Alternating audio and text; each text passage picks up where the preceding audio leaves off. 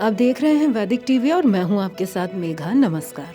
आप सभी ये तो जानते हैं कि हनुमान जी भगवान श्री राम के अनन्य भक्त थे, लेकिन क्या आप जानते हैं अपने इन्हीं भक्त को भगवान श्री राम ने एक बार मृत्यु दंड देने का फैसला कर लिया था। मृत्यु दंड यानी कि मौत की सजा। कौन सी है वो कहानी? क्यों भगवान श्री राम ने हनुमान जी को मृत्यु दंड देने का फैसला कर लिया था? आइए जानते हैं इस बारे में। भगवान श्री राम अपने भक्त हनुमान को मृत्युदंड देने के लिए धनुष पर बाण चढ़ाकर सरयू नदी के तट पर पहुंच गए। और ऐसा क्यों हुआ, चलिए जानते हैं। एक समय की बात है, काशी नरेश राम जी के दर्शन करने के लिए अयोध्या जा रहे थे। तभी नारद जी ने उन्हें बीच में रोक लिया और वो उनसे कहने लगे, राम जी के दरबार में जाकर सबको प्रणाम करें, लेकिन विश्वामित्र को ना करें। काशी नरेश ने ऐसा करने का कारण पूछा। नरेश का मतलब होता है राजा, यानी कि काशी के राजा ने ऐसा करने का कारण पूछा तो नारद जी ने कहा, आपको वहीं जाकर पता चलेगा। फिर क्या था, काशी के राजा ने राम दरबार में जाकर वैसा ही किया जैसे भगवान नारद ने कहा था। काशी नरेश के प्रणाम ना करने से विश्वामित्र जी नाराज हो गए और इसके बारे में उन्होंने भगवान श्री राम से कहा। उन्होंने कहा कि काशी नरेश ने भरी सभा में सबको प्रणाम किया, लेकिन उन्हें नहीं किया। इस हरकत से उनका अपमान हुआ है। आप मर्यादा पुरुषोत्तम हो, मर्यादा के मान के लिए काशी नरेश को दंड दो।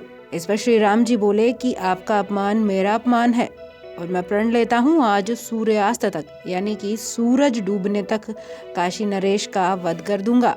ये बात सुनकर काशी के राजा डरकर नारद जी के पास वापस गए और इससे बचने का रास्ता पूछा। इस पर नारद जी ने कहा, आप माता अंजना के पास जाएं और उनसे अपने प्राणों की रक्षा करें। अंजना यानी कि हनुमान जी की माता। काशी के राजा माता अंजना के पास गए और उनके पैर पकड़ लिए। माँ अंजना ने यहाँ आने का कारण पूछा तो वो बोले कि पहले आप मुझे रक्षा का वचन दो, तब मैं आपको पूरी घटना बताऊंगा। उनकी ये बात सुनकर माता अंजना भी काफी परेशान हो गई।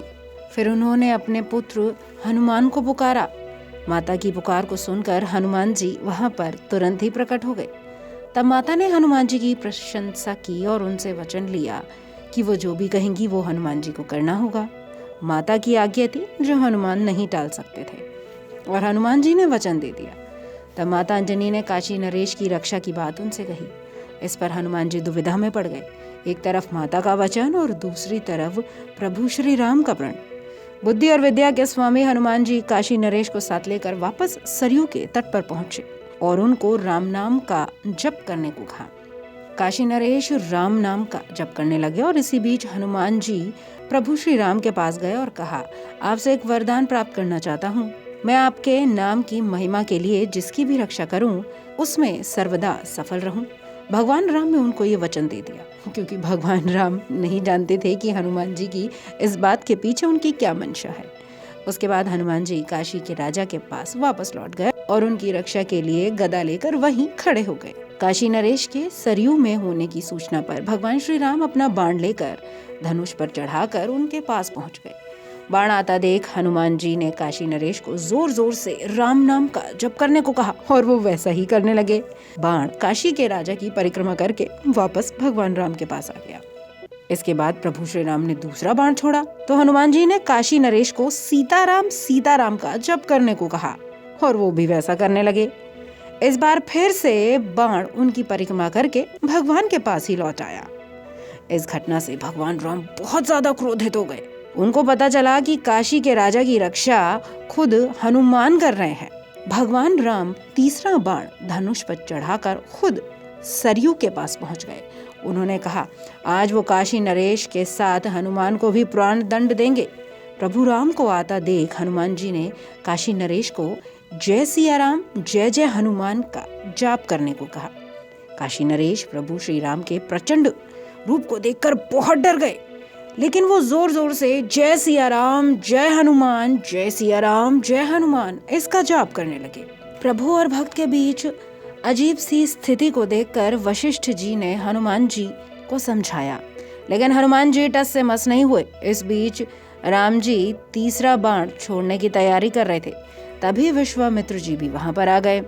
हनुमान जी ने काशी नरेश से कहा, तुरंत जाकर विश्वामित्र जी के पैर पकड़ ले। और फिर क्या था, काशी के राजा ने वैसा ही किया। काशी नरेश को चरणों में देखकर विश्वामित्र जी ने राम जी से कहा कि काशी नरेश ने अपनी भूल सुधार ली है, वो अपने कृत्य के लिए क्षमा मांग चुके हैं।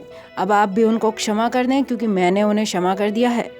और दोस्तों, इस प्रकार से हनुमान जी ने ये सिद्ध कर दिया कि राम से भी ज्यादा शक्ति प्रभु श्री राम के नाम में है।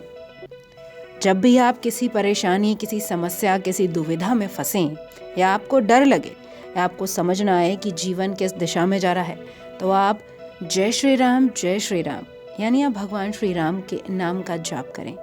आपके रास्ते खुद ब खुद खुल जाएंगे। आपको ये कहानी कैसी लगी हमें कमेंट सेक्शन में ज़रूर बताएं। वैदिक टीवी में फिलहाल इतना ही। नमस्कार।